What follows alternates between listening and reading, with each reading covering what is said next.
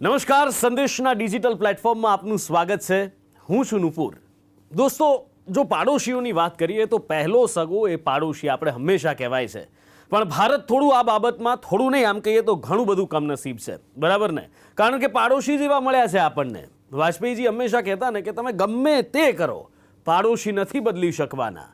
આ જ પરિસ્થિતિ છે આપણી. અને નસીબ તો જુઓ, એક બાજુ ચીન છે, એક બાજુ પાકિસ્તાન, અને બાકી હતું તો હવે નેપાળ પણ ચીનના રંગમાં રંગાઈ અને એની ભાષા બોલતું થઈ ગયું છે.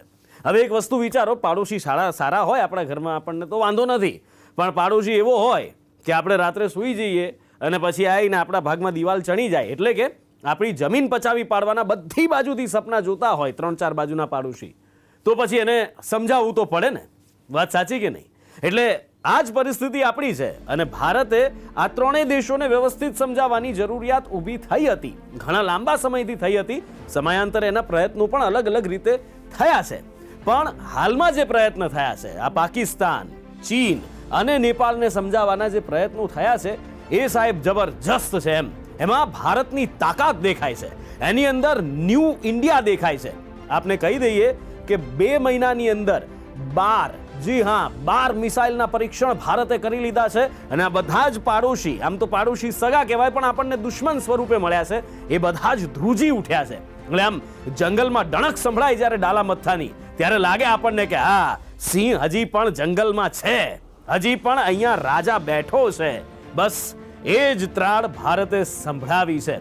7 સપ્ટેમ્બરથી 22 ઓક્ટોબર સુધી કઈ મિસાઇલોના આપણે પરીક્ષણ કર્યા, આવો આજે તમને એ બતાવું. સૌથી પહેલા વાત કરીએ 7 સપ્ટેમ્બરે કરવામાં આવેલા પરીક્ષણની. 7 સપ્ટેમ્બરે HSTDV નું પરીક્ષણ કરવામાં આવ્યું. Defence research and development organisation એટલે કે DRDO દ્વારા વિકસાવવામાં આવેલ હાઇપરસોનિક ટેકનોલોજી ડેમોન્સ્ટ્રેટર વેહિકલનું ઓરિસ્સાના દરિયા કિનારે સફળ પરીક્ષણ કરવામાં આવ્યું. અને આ જે પરીક્ષણ કરવામાં આવ્યું આ જે વેહિકલનું, એ વેહિકલ ક્રૂઝ મિસાઇલ માટે અને લોંગ રેન્જ મિસાઇલ માટે ખૂબ જ મહત્વની માનવામાં આવે છે. એના લોન્ચ માટે ખૂબ ઉપયોગી છે. હવે વાત કરીએ બીજા પરીક્ષણની. આ બીજું પરીક્ષણ કરવામાં આવ્યું 22 સપ્ટેમ્બરના રોજ. આ પરીક્ષણ હતું અભ્યાસનું પરીક્ષણ. હવે અભ્યાસ શું છે એ પણ તમને કહું તો, DRDOના એરોનોટિકલ ડેવલપમેન્ટ એસ્ટાબ્લિશ મારફતે 22 સપ્ટેમ્બરના રોજ high speed expandable aerial target vehicle અભ્યાસનું ઓડિશાના દરિયા કિનારે સફળ પરીક્ષણ કરવામાં આવ્યું. હવે એક દિવસ બાદ જ એટલે કે 23 સપ્ટેમ્બરના રોજ ત્રીજું પરીક્ષણ થયું અને આ પરીક્ષણ હતું ATGMનું.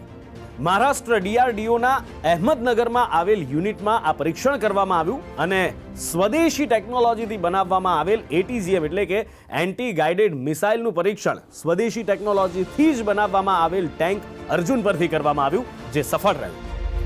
23 સપ્ટેમ્બરે ચોથું એક પરીક્ષણ કરવામાં આવ્યું અને આ પરીક્ષણ હતું પૃથ્વી 2 મિસાઇલનું. ઓડિશાના બાલાસરમાં પૃથ્વી 2 મિસાઇલનું સફળ પરીક્ષણ કરવામાં આવ્યું હતું. અને આ પૃથ્વી 2 મિસાઇલ એ છે કે જે ન્યુક્લિયરનું પણ વહન કરવા માટે સક્ષમ છે. એટલે કે જો ડિટેલમાં વાત કરવામાં આવે તો પૃથ્વી 2 એક સ્વદેશી ટેકનોલોજી દ્વારા બનાવવામાં આવેલ surface two surface nuclear capable missile છે અને તે એડવાન્સ ઇન્સર્શિયલ ગાઇડન્સ સિસ્ટમનો ઉપયોગ કરે છે. આ મિસાઇલ પોતાના ટાર્ગેટને હિટ કરવા માટે પેંતરાબાજી પણ કરી શકે છે, એવો DRDOનો દાવો છે. હવે વાત 5મા પરીક્ષણની, તો એ પણ 23 સપ્ટેમ્બરના રોજ જ કરવામાં આવ્યું. એક્સટેન્ડેડ રેન્જ સુપરસોનિક બ્રહ્મોસ મિસાઇલનું સફળ પરીક્ષણ કરવામાં આવ્યું. જી હા, ઓડિશાના દરિયા કિનારે આવેલ DRDOની ટેસ્ટિંગ રેન્જમાં આ પરીક્ષણ કરવામાં આવ્યું. એક્સટેન્ડેડ રેન્જ સુપરસોનિક બ્રહ્મોસ મિસાઇલનું તેમાં પરીક્ષણ કરવામાં આવ્યું, જે સફળ રહ્યું.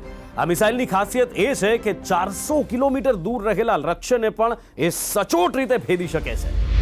છઠ્ઠા પરીક્ષણની હવે વાત કરીએ તો 1 ઓક્ટોબરના રોજ લેસર ગાઇડેડ ATGMનું સફળ પરીક્ષણ કરવામાં આવ્યું. મહારાષ્ટ્રના અહેમદનગરમાં MBT અર્જુન ટેન્ક પરથી ઘર આંગણે વિકસાવાયેલી લેસર ગાઇડેડ એન્ટી ટેન્ક મિસાઇલનું સફળ ટેસ્ટિંગ કરવામાં આવ્યું. સંરક્ષણ મંત્રાલયનું કહેવું છે કે 1.5 કિલોમીટરથી લઈ 5 કિલોમીટર સુધીની રેન્જમાં એક્સપ્લોઝિવ રિએક્ટિવ આર્મ્સ દ્વારા રક્ષિત સશસ્ત્ર વાહનોને આ મિસાઇલ સચોટ રીતે ભેદી શકે છે. 7મું પરીક્ષણ કરવામાં આવ્યું 3 ઓક્ટોબરે.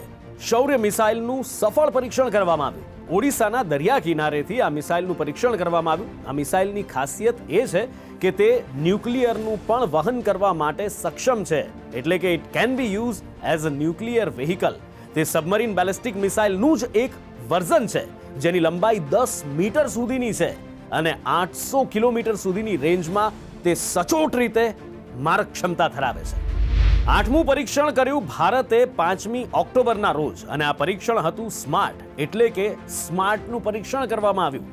શું છે સ્માર્ટ એની માહિતી આપું તો સબમરીન યુદ્ધની પણ ભારતે તૈયારી કરેલી છે. આપણે ગાઝી એટેક મૂવી જનરલી બહુ નેવીનો એટલી બધી ચર્ચા થતી નથી હોતી સબમરીન્સની, પણ એમાં જોયું છે સામે ટોર્પિડો છોડે છે, સબમરીન ચલા રહા હૈ યા લિફ્ટ ચલા રહા હૈ ને, આપણે જોયેલું છે એમાં. એટલે એના માટે એ જે યુદ્ધ થતા હોય છે સબમરીન્સથી એની પણ તૈયારી વિકસાવી છે ને એના માટે ઘર આંગણે જ વિકસાવેલી, ઘર આંગણે તૈયાર કરવામાં આવેલી સ્માર્ટ ટોર્પિડો સિસ્ટમનું આપણા દ્વારા ટેસ્ટ ફાયર કરવામાં આવ્યું જે સફળ રહ્યું. હવે આની ખાસિયત શું છે જો એના ઉપર એક નજર કરીએ તો સામાન્ય ટોર્પિડો રેન્જની ઘણા બહાર આવેલ એન્ટી સબમરીન વોરફેર ઓપરેશન માટે આ સ્માર્ટ ટોર્પિડો સિસ્ટમનું ફાયર ખૂબ જ જરૂરી છે કે જે સટીક રીતે પોતાના લક્ષ્યને ભેદી શકે છે.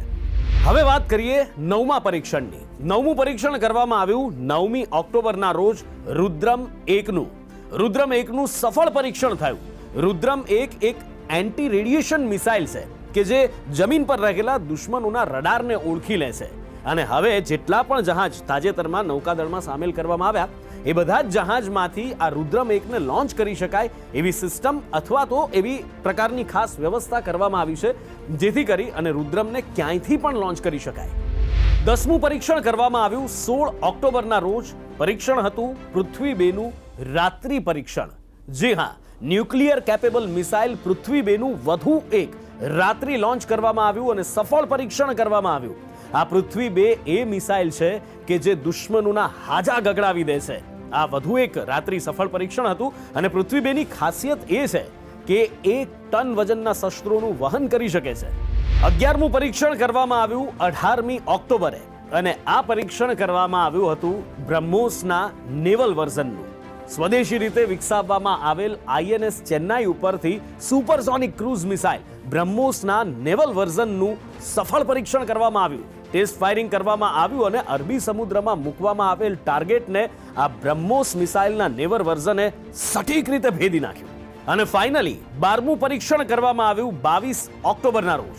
એન્ટી ટેન્ક મિસાઇલ નાગનું સફળ પરીક્ષણ કરવામાં આવ્યું. રાજસ્થાનની પોખરણ ટેસ્ટિંગ રેન્જમાં આ એન્ટી ટેન્ક ગાઇડેડ મિસાઇલ જે સંપૂર્ણ રીતે સ્વદેશી છે એ નાગનું સફળ પરીક્ષણ કરવામાં આવ્યું. આ મિસાઇલ વજનમાં ખૂબ જ હળવી છે અને ખાસ વાત એ છે કે દુશ્મનોની ટેન્કની સાથે સાથે આ નાગ મિસાઇલ તેના અન્ય શસ્ત્રોને પણ ભેદી શકે છે, તહેસ નહેસ કરી શકે છે.